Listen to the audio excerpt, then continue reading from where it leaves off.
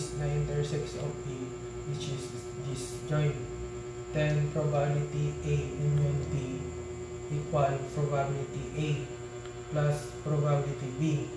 So ito na po naman, na-intersect na po siya, which is dito sa A is 1, 2, 3, and sa B naman po ma'am is 4, 5, 6. So ito na po yung sagot is 1, 2, 3, 4, 5, 6. Kaya ito na po yung answer ma'am ng number 1. If si A ay subset of B, kung si A daw ay asa loob ni B, then si A daw ay mas similar kay B. Si B is equal to A union of B. Then a complement, pag-adding mo silang dalawa para makuha ang buong B. Probability of B, para na makuha mo ang enter B. Pagpaplasin mo si A saka si B, so lahat ang nasa loob ni A plus probability of B and instruction of a complement. Then pag pinag-add mo silang dalawa ay mas malaki si B kaysa kay A. Ang tawag dito ay omega is sample space. So ito yung sa labas ni A, tinatawag na element. Ang mga event nito A, ang tawag naman sa mga loob ni A ay K element. So para mabuhay ang probability na may nangyayari ay need malaman kung ilan lahat ng probability na meron. So para mabilang 1 over n if ilan yung tuldok sa loob. So mangyayari ay over B over 6. Ito na yung probability of na nasa loob ng sample space.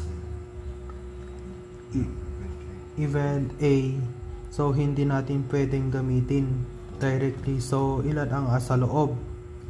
2 dot. So para malaman ay meron tayong formula na P close and open parenthesis A. Tapos kung ilan ang asa loob ni K element, which is 2 close and open parenthesis A equals to 1 over 6 there. So para malaman natin, simplify natin,